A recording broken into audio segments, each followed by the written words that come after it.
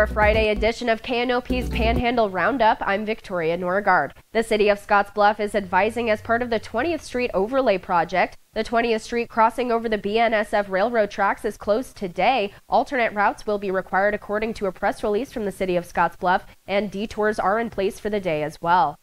And defendants facing misdemeanor charges entered plea deals in Kimball County Court earlier this week. News Channel Nebraska reports that Corbin Scheller of Sidney was arrested and charged in February for a speeding infraction of 11 to 15 miles per hour over the limit and a Class 3 misdemeanor driving under suspension. The 25-year-old pled not guilty and will appear next in Kimball County Court on July 24th. And Nicole Gifford of Kimball pleaded not guilty to a Class 2 misdemeanor assault by mutual consent. Gifford and fellow Kimball resident Jennifer Shaw were involved in an altercation at Beer and Loathing back in April. Shaw previously pled guilty to the same charge and was sentenced to pay fines. Gifford will appear in court next on July 24th, according to News Channel Nebraska. And an Alliance man will be spending a considerate amount of time in prison after pleading no contest to a variety of meth distribution charges in Scottsbluff County. KNEB reports that Ruben Mendez was the target of a 2021 Wing Drug Task Force investigation where the 35-year-old sold more than 2 pounds of meth over the course of 3 buys within Scottsbluff. Earlier this month, Mendez was found guilty of 2 Class 1C felony charges of distribution of meth and a Class 2 felony of possession with intent to distribute. Mendez will face a mandatory minimum of 5 years in prison, but could face up to 50 years on the first 2 counts when he is sentenced on August 12th, according to KNEB.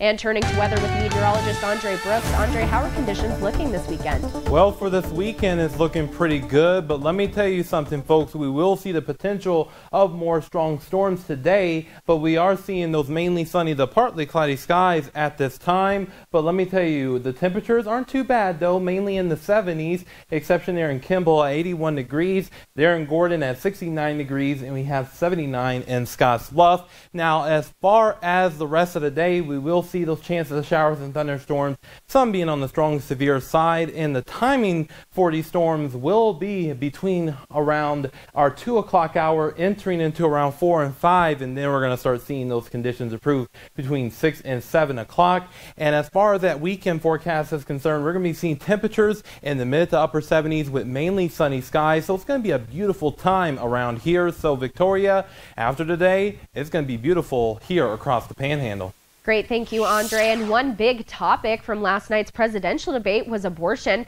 And Nebraska Governor Pillen took a moment today to note a 9% drop in Nebraska from 2022 to 2023, according to the Nebraska Department of Health and Human Services. A little more than 2,300 abortions were performed last year, compared to a little more than 2,500 in 2022.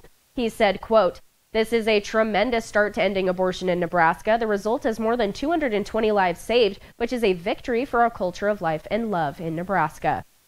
And the Nebraska State Capitol looking back at last year's legislative session. The Flatwater Free Press sat down with Nebraska State Senator Merv Reapy, who was the pivotal 33rd vote to pass the 12-week abortion ban. He now says he regrets not standing his ground on part of that bill. He told the Flatwater Free Press, quote, "There was so much coming after me that I didn't do a good enough job because it was a pressured decision. I'm not blaming anybody else but me that I missed it."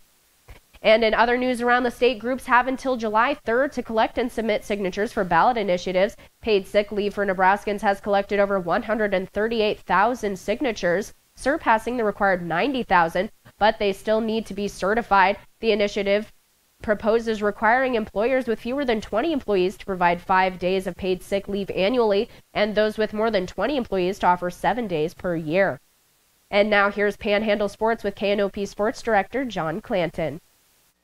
Welcome to the Sports Desk. It was a pretty exciting athletic season for the University of Nebraska, as several Husker teams earned Big Ten championships. Now, on the national level, Nebraska athletics also had a strong showing, evident when the final standings for the Division I Learfield Directors' Cup points were released.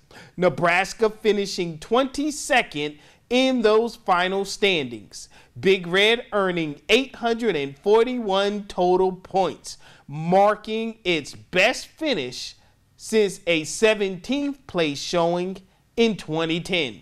It's only the third time in the last 20 years that the Huskers have eclipsed the 800-point mark in the all-sports competition. Nebraska had 7 programs record top 10 national finishes during the 2023-2024 year. Volleyball, women's soccer, bowling, men's gymnastics, rifle, wrestling, and women's outdoor track and field. And finally, the NBA draft is in the books. No Husker player was selected, but it did have a Nebraska native. Creighton star and Aurora native Baylor Shireman was selected at the end of round number 1 by the champion Boston Celtics. After transferring from South Dakota State, Shireman put up strong numbers for the Blue Jays, helping them make big NCAA tournament runs. This past season, he led the team in points and rebounds. The first pick in the NBA draft went to the Atlanta Hawks, and they went with French star Zachary Richelet. That's all from the Sports Desk. Everyone have a great weekend, and see ya!